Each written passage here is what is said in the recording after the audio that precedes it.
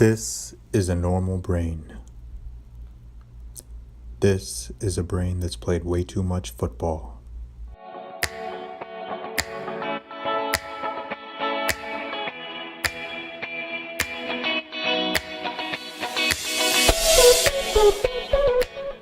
This is Dr. Safi, and this is another Ask Dr. Safi video. I was about 7 years old when I first had the dreams, the aspirations of becoming a pro athlete, a pro football player. See, I was a short, chubby kid, super nerd, always last to be picked on the team. And there was one particular day, after day in and day out of play after play, of never getting the ball, always the other kids making the runs, getting the catches. There was one day, towards the end of recess, it was in the fall, I found myself in the open, making eye contact with the QB. Before I knew it, the ball was coming to me. I put up my hands, I made the catch, the recess whistle blew and everybody stopped. And at that moment, I felt like everyone was in awe of me being able to catch that ball. And I imagined myself in the future being under the Friday night lights, making my family proud. Millions of kids through the US have this same feeling, this desire, this aspiration, and they go through practice after practice, tackle after tackle, putting their heads and their bodies at risk. Some of them make it to the pros and make their families so proud of their accomplishment, but also concerned as well, because after year and year of doing things to their body and to their head, it changes them, not by choice, but by design of the game. 202 families in this latest JAMA Neurology article released this year, 202 families. They submitted their children's brains to be analyzed. Families of pro athlete football players who played football in high school, college, the CFL, Canadian Football League, and the NFL.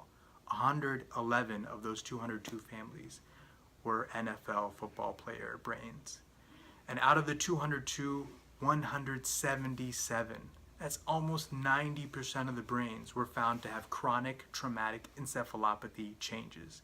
99% of the NFL football brains were found to have chronic traumatic encephalopathy. Those families were so concerned because tackle after tackle, year in after year in, their brains were suffering so much injury. See, each hit to the head, each trauma to the brain shakes it up like an earthquake, destroying the furniture on the inside of the houses. And when you get a concussion, it's like the building breaks down. And when the concussion's really bad, it's like the bridges and the roads get torn down. And it takes time for the brain to recover from each trauma and each hit. But if you're not giving the brain enough time to recover, what happens? Then you get chronic traumatic encephalopathy. The brain is broken. The buildings are torn. The bridges are destroyed. And there's really no recovery. And that's what these families felt about their sons. That they went through all this trauma to their head to get the trophy, to get the accomplishments, to making it to the pro leagues. But it changed their brain in such a way. See, we've done so much to understand that these sports our kids are playing are injuring the brain, so we need to protect them from the outside. But what are we doing to build their brains better from the inside? God gave us this beautiful gift of our mind. And beyond just protecting it from the outside, we need to do our best to protect it from the inside. Understand the environmental factors that help build better brains. Develop the habits, the dietary habits. What are the right foods to be eating? What are the right supplements to be taking? What are the right exercises to be doing so that the brain can get the appropriate support and have the structure, the infrastructure to be protected from these earthquakes, so that the brain can be earthquake or concussion proof, or that the brain can be trauma proof, or it can learn to recover faster from traumatic brain injury. So I hope this gives you a little bit of insight into some of the latest research and articles that have been talking about chronic traumatic encephalopathy and the dangers of chronic trauma to the head. And I hope to, in the future, address some of these other issues of how we can develop and build our brains to be better. Check out this article from JAMA Neurology in July.